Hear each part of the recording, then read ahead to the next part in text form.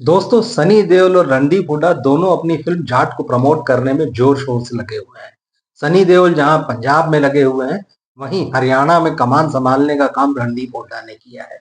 लेकिन उन्होंने एक बड़ा ही इंटरेस्टिंग बयान दिया है और हरियाणा वाले अपने साथी जाटों से कहा है कि भाई इस फिल्म को जरूर देखें, क्योंकि अगर वही लोग इस फिल्म को नहीं देखेंगे तो नाक कट जाएगी। अब आखिर ये बात उन्होंने क्यों कही कि अगर आप लोग इस फिल्म को नहीं देखेंगे तो नाक कट जाएगी, इस बारे में हम आएंगे। और साथ ही इस वीडियो को आप आखिर तक देखिएगा, क्योंकि एक बहुत महत्वपूर्ण बात आ रही है। दर्शकों का और लोगों का ये कहना है कि जाट थिएटर्स में जमकर चल रही है। लोग इसको देखने के लिए भर भर के जा रहे हैं। पंजाब से ऐसे वीडियो आए हैं जिसमें कि लोग ट्रैक्टर्स में जत्थे के जत्थे निकले हैं और फिल्म को देखने जा रहे हैं। लेकिन इसके बावजूद फिल्म का जो बॉक्स ऑफिस कलेक्शन है, वो काफी कम बताया जा रहा है। फिल्म का कलेक्शन 4 दिन में केवल 40 करोड़ रुपए आया है। अब लोगों को आश्चर्य हो रहा है कि अगर इतने लोग फिल्म देखने जा रहे हैं, फिल्म की इतनी तारीफ हो रही है, फिल्म को पॉजिटिव रिव्यू मिले हैं, तब फिर ये कलेक्शन कम क्यों है? तो इसके पीछे भी एक बात निकल कर आ रही है, वो इस वीडियो में मैं आपको बताऊंगा कि आखिर किस तरह से ये फिल्म रिलीज हो पाई और रिलीज होने के पीछे की कहानी क्या है। क्या ये कम कलेक्शन का संबंध जो है उस रिलीज से भी है? तो इस बारे में हम बात करेंगे, लेकिन हम सबसे पहले बात करते हैं रणदीप हुड्डा की। रणदीप हुड्डा इस फिल्म को प्रमोट करने के लिए रोहतक पहुंचे थे।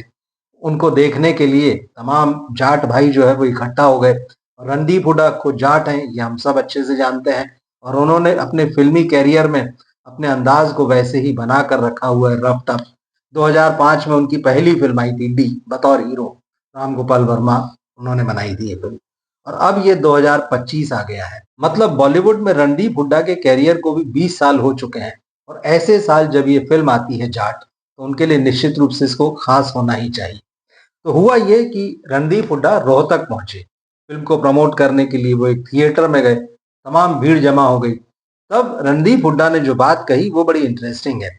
उन्होंने कहा कि रोहतक के भाई लोग, जाट नाम की फिल्म आई है जिसमें मैं खलनायक रणतुंगा की भूमिका में हूं। आप देखो और एंजॉय करो। इस फिल्म को जाट भाई ही नहीं देखेंगे तो नाक कट जाएगी। बात सही है कि फिल्म का नाम जाट है। फिल्म में जो कैरेक्टर है सनी देओल का, वो जाट है। वो बार बार ये खुद को जाट बताता है। और ऐसे में अगर जाट कम्युनिटी के लोग ही फिल्म देखने के लिए नहीं जाएंगे और कहीं ये बॉक्स ऑफिस पर फिल्म फ्लॉप साबित हो गई, तो फिर लोग कहेंगे लो भाई, जाट तक खुद इस फिल्म को देखने नहीं गए तो ये फिल्म फ्लॉप हो गई। तो रणदीप हुड्डा उन्हें यही समझा रहे हैं। इसके बाद रणदीप ने उनसे कहा, हमारा उद्देश्य आपका मनोरंजन करना है। इस फिल्म में देशभक्ति की भावना के साथ साथ किसानों की भी बात की गई है। आप देखिए, पूरा किसान बेल्ट है और किसान आंदोलन जो हुआ था, तो सब जानते हैं। खैर, हम उस पॉलिटिक्स में नहीं जाएंगे। तो ये पूरी पट्टी जो है किसानों की है। तो रणदीप हुड्डा ने उनसे कहा कि भाई, फिल्म में सिर्फ देशभक्ति की बात नहीं कही है, इस फिल्म में किसानों की भी बात कही गई है। उन्होंने कहा एक समय था जब पंजाबी फिल्में आया करती थी, अब फिल्मों में पंजाबियत का बड़ा जोर था। लेकिन उन्होंने कहा कि भाई, अब हरियाणवी जो है उभर रही है। आपने दंगल देखी और कितनी बड़ी हिट फिल्म थी वो। उसके बाद में अब कई गाने आ रहे हैं, हरियाणवी के गाने आ रहे हैं। फिल्मों में हरियाणवी टोन वाले गाने आ रहे हैं, आइटम सॉन्ग आ रहे हैं। तो उनका ऐसा कुछ अब काम हो रहा है जिससे कि अब हरियाणा का और हरियाणा के लोगों का जो है नाम रोशन हो रहा है फिल्मों में। तो उन्होंने कहा कि इस फिल्म को आप लोग देखें, क्योंकि इसमें दक्षिण के मसालों के साथ जाटों वाला लठ भी है।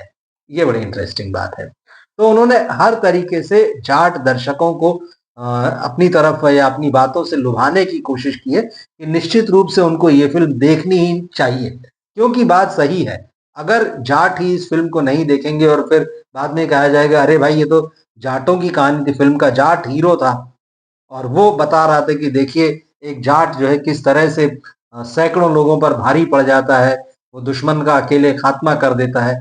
सनी देओल ने बढ़िया रोल निभाया है इसका। तो अब अगर ये फिल्म नहीं चल पाएगी तो यही कहा जाएगा भाई, जाट ही फिल्म देखने नहीं गए। वो चाहते तो इस फिल्म को हिट बना सकते थे, जैसा पिछले दिनों छावा के मामले में हुआ। हालांकि फिल्म ओवरऑल सब जगह चली, लेकिन ये मराठा प्राइड से जुड़ी हुई फिल्म थी, छत्रपति संभाजी महाराज की कहानी। तो महाराष्ट्र में इस फिल्म को खूब देखा गया। हालांकि ये एक अलग बात है कि फिर उसके कुछ पॉलिटिकल रिपरकेशन भी हुए। वो सारी चीजें भी हमने देखी, बात दंगों तक जा पहुंची, वो सारी चीजें भी। लेकिन इतना जरूर हुआ कि भाई, छावा जो है इस साल की सबसे बड़ी बॉक्स ऑफिस फिल्म बनकर उभरी अभी तक। और उसकी कमाई जो है 600 करोड़ रुपए के ऊपर है। तो कहीं ना कहीं रणदीप हुड्डा ये कहने की कोशिश कर रहे हैं अपने जाट साथी दर्शकों से कि भाई आप लोग आइए, इस फिल्म को देखिए और इस फिल्म को ब्लॉकबस्टर बनाइए, हिट बनाइए। तो फिल्म देखिएगा आप। हालांकि जैसे मैंने कहा कि अब उनको 20 साल हो रहे हैं, इस साल जो है 2025 में, तो उनके नाम पे हाईवे जैसी फिल्म है। इसके अलावा किक में आए थे वो। मैं और चार्ल्स उनकी एक बहुत इंटरेस्टिंग फिल्म है वो। चार्ल्स सोबराज जो बहुत फेमस ठग और किलर था, उसका रोल उन्होंने निभाया था और बहुत अच्छे लगे थे वो इसमें। इसके अलावा सरबजीत उनकी इंटरेस्टिंग फिल्म है और बहुत अच्छा काम किया था इसमें उन्होंने। बागी 2 में नजर आए थे। पिछले साल वो फिर डायरेक्टर भी बने, प्रोड्यूसर भी बने, राइटर भी बने। स्वतंत्र वीर सावरकर नाम की उन्होंने फिल्म बनाई थी। हालांकि वो फिल्म बॉक्स ऑफिस पर फ्लॉप साबित हुई, मगर रणदीप ने अपनी तरफ से कोई कसर नहीं छोड़ी थी। तो ये सारी चीजें, लेकिन जैसा कि कल भी मैंने एक वीडियो बनाया था और कहा था कि भाई इस फिल्म ने 4 दिन में केवल 40 करोड़ रुपए का कलेक्शन किया है। सलमान खान की जो फिल्म आई थी सिकंदर, उससे कहीं पीछे है। तो इस पर बहुत सारे हमारे साथी दर्शकों की भी प्रतिक्रिया आई कि भाई ऐसे कैसे हो रहा है। कई लोगों ने ये भी लिखा कि भाई जाट के कलेक्शन जो है वो जानबूझ के कम करके बताए जा रहे हैं, इसके पीछे का क्या मामला है। जबकि दर्शक तो देखने के लिए जा रहे हैं, फिल्म की बड़ी तारीफ हो रही है। तो मैं आपको एक खबर बताता हूँ। दरअसल जाट जो है बहुत आसानी से हिंदी में रिलीज नहीं हो पाई। आप सोचिए, जबकि सनी देओल इसमें हीरो है। हालांकि फिल्म जो है पूरी तरह से साउथ में बनी हुई है, वहाँ की डायरेक्टर हैं, प्रोड्यूसर हैं और कलाकार भी ज्यादातर वहाँ के। अगर हिंदी के 2-3 मुख्य कलाकारों को आप छोड़ दें तो 4 कलाकारों को छोड़ दें तो। लेकिन ऐसा क्या हुआ कि मेकर्स को इस फिल्म को हिंदी में रिलीज करना मुश्किल हो रहा था। कहा यह गया कि इस फिल्म को रिलीज करने के लिए उनके पास कुछ फाइनेंशियल प्रॉब्लम्स आ गई थी। लेकिन ये बड़ी चौंकाने वाली बात है, क्योंकि इस फिल्म के जो मेकर्स हैं, मैत्रेयी मूवी मेकर्स इस फिल्म के प्रोड्यूसर, और उनके साथ में पीपल मीडिया फैक्ट्री। तो मैत्रेयी मूवी मेकर्स को हम जानते हैं, उन्होंने पिछले ही साल पुष्पा जैसी फिल्म बनाई। पुष्पा जैसी फिल्म थी जिसने 1600 करोड़ रुपए का बिजनेस किया। तो अब सवाल ये उठ रहा है कि जब इतना बड़ा बिजनेस किया तो उनको हिंदी में इस फिल्म को रिलीज करने में क्या मुश्किल आ रही थी। खबरें ये निकल कर आ रही है कि जी स्टूडियोज के साथ मिलकर उन्होंने इस फिल्म को रिलीज किया और इस फिल्म को रिलीज करने के लिए कुछ ऐसी फाइनेंशियल प्रॉब्लम्स उनके पास आ गई थी कि उन्होंने 65 करोड़ रुपए का कर्ज लिया जी स्टूडियो से। और जी स्टूडियो बाद में इस फिल्म से जुड़ा। आप देखेंगे इस फिल्म के प्रोड्यूसर्स में उसका नाम शामिल है जब आप फिल्म देखने जाएंगे। तो लोग हैरान हैं कि भाई ये क्या हुआ। जिस कंपनी ने पिछले साल 1600 करोड़ रुपए वाली फिल्म दी, इतना जबरदस्त वर्ल्ड वाइड बिजनेस हुआ, आज वो 65 करोड़ रुपए का कर्ज ले रही है हिंदी में अपनी फिल्म रिलीज करने के लिए। और साथ ही साथ इसके बदले में उसने साल 2025 और 2026 में वो जो फिल्में बनाएगी उसके हिंदी राइट जी के पास गिरवी रखे हैं।